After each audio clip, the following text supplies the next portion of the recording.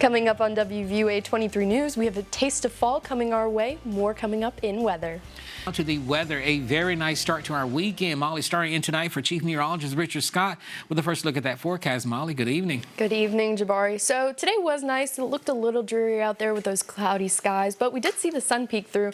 Unfortunately, we're not going to see as much sun this weekend. We've got rain chances Saturday and Sunday creeping into the beginning of your work week. It makes for a little bit dreary of a weekend, but we can expect a little bit cooler of temperatures. We've got some gusty winds headed our way, and if it's not going to be raining, you're going to expect mostly cloudy skies. Now, Sunday's looking a little bit chillier than Saturday, but I'll have more details for you guys on the forecast in just a little bit. Well, coming up after the break, we have a chance of rain this weekend and more. Stick around after the break to find out your forecast.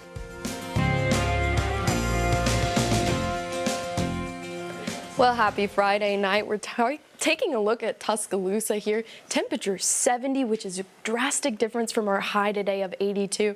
Now, you can't really see it, but there are some clouds out there. We've seen clouds most of the day, but let's look at our temperatures across the board now. Haleyville and Coleman are the chillier spots today. They were in the 60s in the afternoon. Now, granted, it was about 69, really close to 70, but they were still quite cooler than our southern counties. So they're sitting at 60 and 59. Gadsden over there at 60, but then we have areas like Tuscaloosa and Talladega sitting at 70 and a little bit warmer spots down here in Linden and Montgomery at 73 and 74. So a bit of a range within our state, but let's look at the range nationally. Now I see 20s, 40s, 50s, and our 70s we have down here in the southeast. We've got some 20s over here and a 32, a freezing point over here in the Rocky Mountains. So not only on a state level do we have a big range, but on a national level we do as well.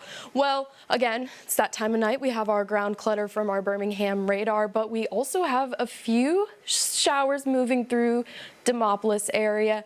Now, these showers have been lingering around, not sure how much precipitation has actually hit the ground, but we can continue to expect some rain headed our way.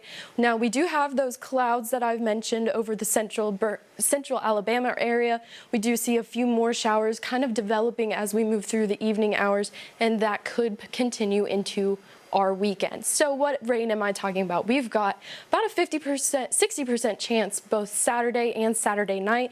A little bit increase of Sunday day, and then Sunday night that chance starts to dwindle as you move into your work week. And we're pretty much dry for the rest of the week, except a small chance of some isolated showers late into your work week.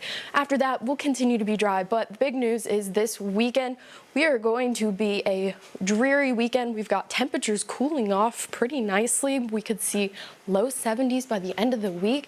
Now, Bama taking on LSU down in Baton Rouge. They're also going to have some wet weather. Auburn is off, so if you're going to tune into an SEC Alabama game, expect to see some dreary skies down there in Baton Rouge. Speaking of rain, we've got our Hurricane Rafael, who's just making his little loop around the Gulf of Mexico. Isn't expected to hit landfall unless it hits the Mexican coast. So let's take a look at the rest of our week.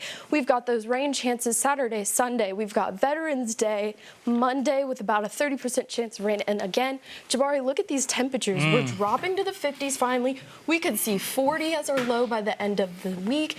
We could see 70s. It's almost fall. I just want a cold Thanksgiving. That's what I want. I want a cold do Thanksgiving. Too. I'm tired of the 80s in November.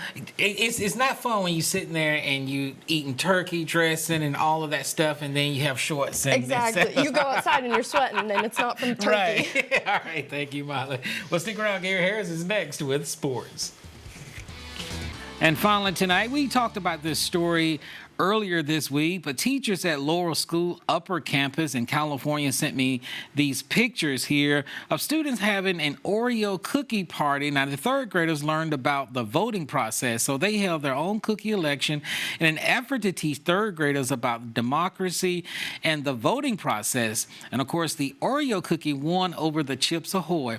45 students participated in this mock election there. Now, no surprise. I mean, earlier in the week, Gary, Richard, and I, we talked about, for me, it was the Oreo. I would have voted for the Oreo cookie. I think I would go for Oreo, but the peanut butter Oreo cookie is the I don't best. know. I don't know. I mean, I just want that classic Oreo cookie, and that's what that party was. So Yeah. it was a good teaching tool for them to kind of know Yeah. how to fill out the forms to even vote. Yeah, So and it's relatable to them. Exactly. They like cookies. They know cookies. Exactly. And a final weather here. Yeah, so we're getting a little bit of taste of fall coming up. We've got some rain coming through this weekend. Temperatures dropping Sunday, but warming back up for your Veterans Day Monday and the beginning of your work week. The sun should return Monday into Tuesday. Then look at this. We've got 50s on the forecast, Loving it. 40s, Loving it. 70s. I just need it to continue dropping. And Jabari, it's almost Christmas time. Almost Christmas time. We got to get to Thanksgiving first, Yeah. but I'm ready for it. All right, that's it for us, but don't go anywhere. Gary Harris is next with a full hour of Football Friday. Have a great weekend.